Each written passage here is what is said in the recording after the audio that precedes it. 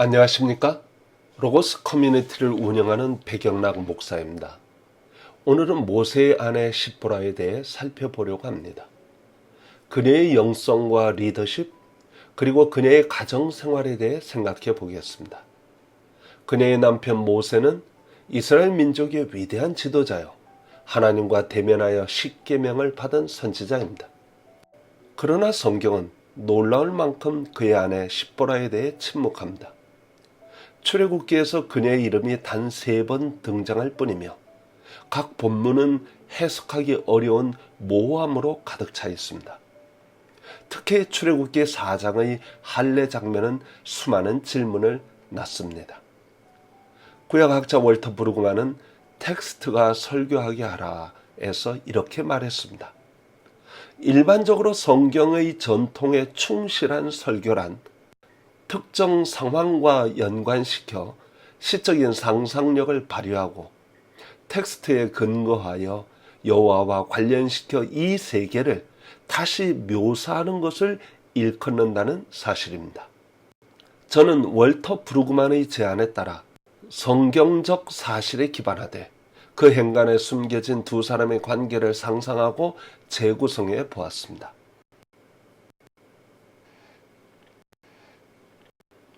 모세가 광야로 피신하여 만난 미디안 족속은 어머니 중심의 모계 사회였을 가능성이 큽니다. 이러한 문화에서 남편은 아내의 혈족에 속하게 되며 처가에서 큰 권위를 누리지 못합니다. 모세는 일종의 대릴사이가 되었습니다.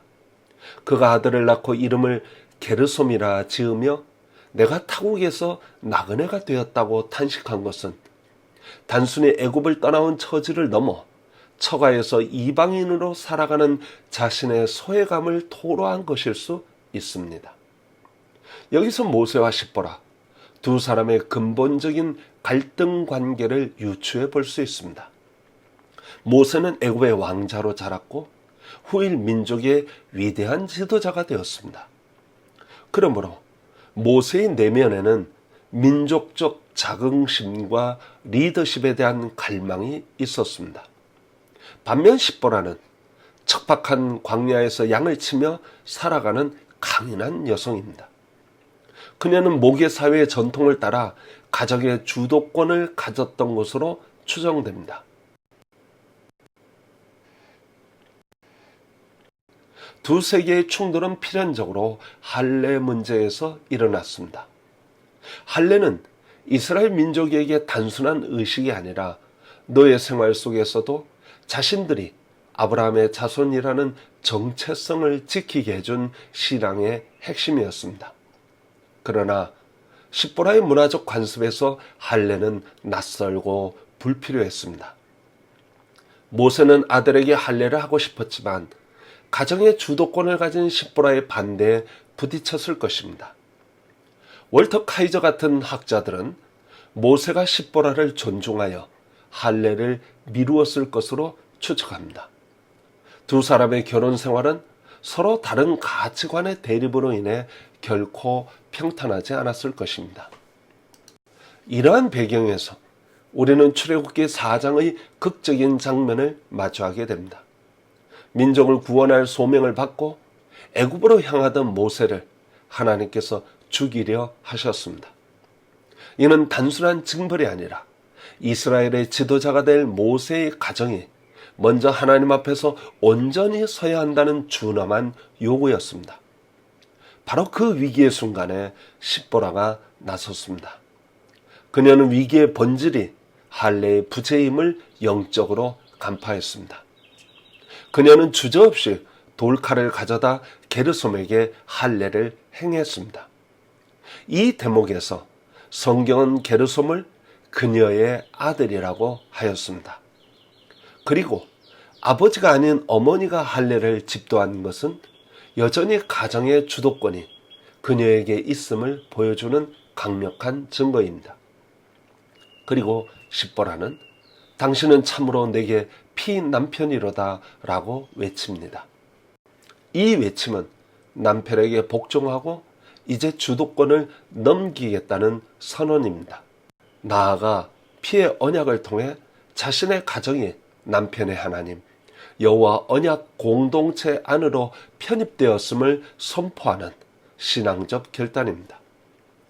이는 가정의 주도권 다툼을 넘어서 신앙적 결단의 차원으로 해석됩니다.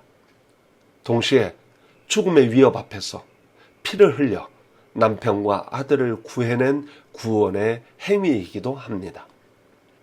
십보라는 수동적으로 굴복한 것이 아니라 위기의 본질을 꿰뚫고 행동으로 믿음을 증명하였습니다. 그녀는 위기 상황에서 가족을 구원하는 주체적이고 지혜로운 여성이었습니다.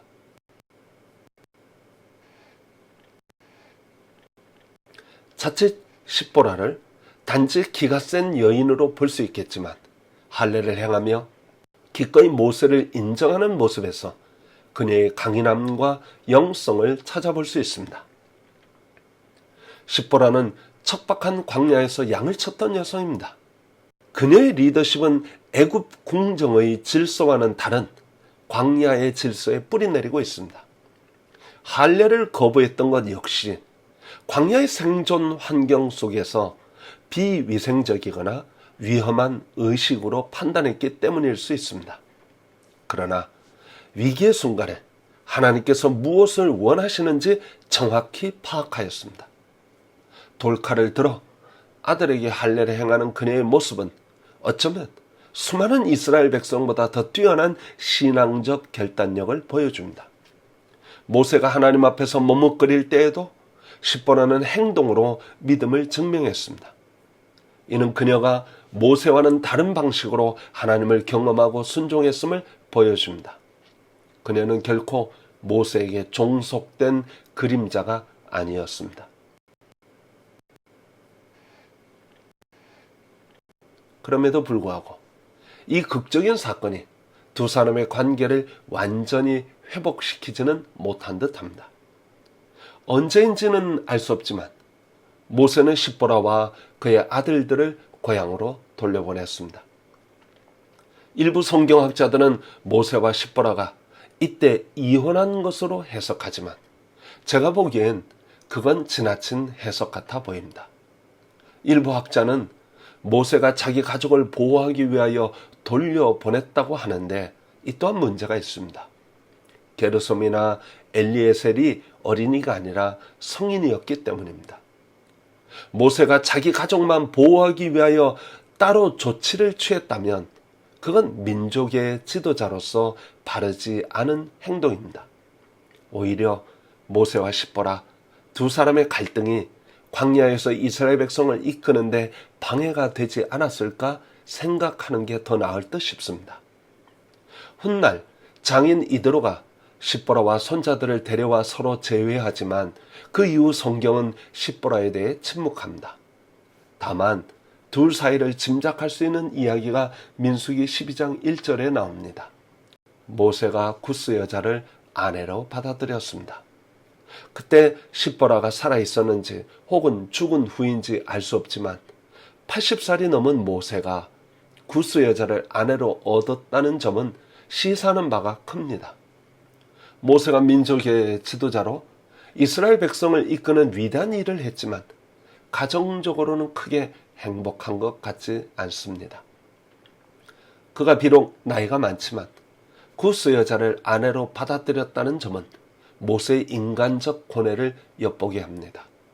그도 인간적으로 행복하기를 원하지 않았을까요? 말도 많고 불평도 많은 이스라엘 백성을 이끌다가 집에 돌아와서 잠시나마 위로와 안식을 누리고 싶어 하지 않았을까요?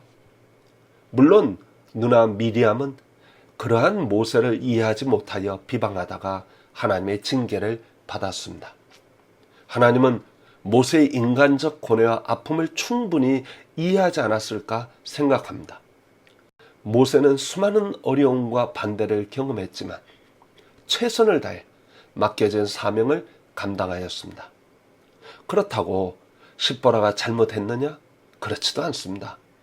그녀는 목의 중심 사회에서 자랐고 살았기 때문에 어쩔 수 없이 자기 문화에 속해 있었습니다.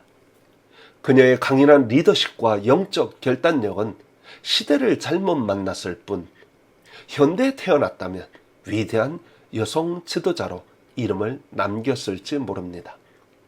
저는 모세와 십보라 이야기를 통해서 우리가 받아야 할 교훈 3가지를 생각해 보았습니다. 첫째, 다름을 존중하고 이해하려는 지혜입니다. 모세와 십보라의 갈등은 근본적으로 두 세계의 충돌에서 비롯됩니다. 애굽의 왕자로서 이스라엘의 정체성을 가진 모세와 미대한 광야의 모계사회에서 자란 십보라는 서로 다른 문화와 가치관을 가졌습니다. 이들의 비극은 어느 한쪽이 틀려서가 아니라 다름을 온전히 끌어안고 조화시키지 못했기 때문입니다. 이는 오늘날 그리스도인의 가정과 공동체에 중요한 교훈을 줍니다. 우리는 모두 각기 다른 가정 환경, 성격, 신앙의 색깔을 가지고 만납니다. 특히 부부관계에서 이러한 차이는 갈등의 원인이 되기 쉽습니다.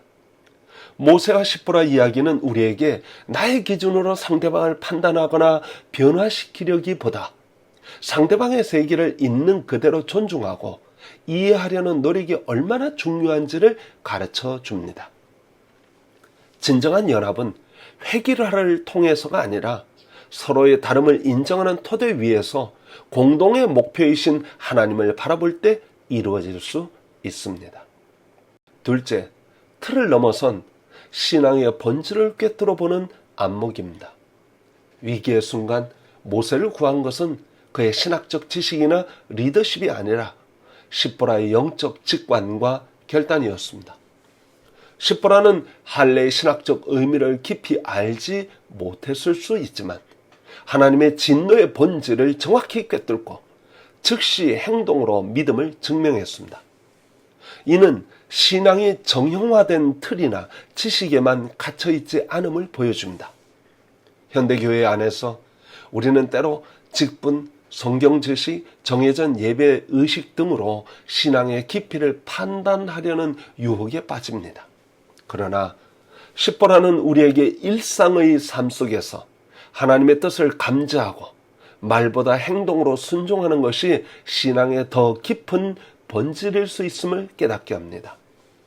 우리 주변에 십보라처럼 세상의 기준으로는 평범해 보이지만 결정적인 순간에 빛을 발하는 영적인 통찰력과 결단력을 가진 이들이 있을 수 있습니다.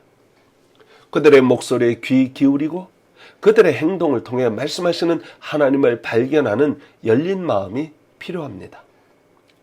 셋째, 불완전함 속에서도 사명을 감당하는 용기입니다. 모세는 위대한 민족의 지도자였지만 가정적으로는 평안과 위로를 온전히 누리지 못했습니다. 그는 수많은 백성을 이끌어야 하는 공적인 책임과 개인적인 고뇌 사이에서 힘겨운 싸움을 싸워야 했습니다. 그럼에도 불구하고 그는 자신에게 맡겨진 사명을 끝까지 완수했습니다. 이는 완벽한 환경이나 조건이 주어져야만 하나님의 일을 할 수 있다는 우리의 생각을 깨뜨립니다. 많은 그리스도인이 개인적인 아픔, 관계의 어려움, 내면의 고독 등으로 인해 자신의 사명 앞에서 주저합니다. 그러나 하나님께서는 모세의 인간적인 고뇌와 아픔을 이해하셨듯이 우리의 연약함을 모두 아십니다.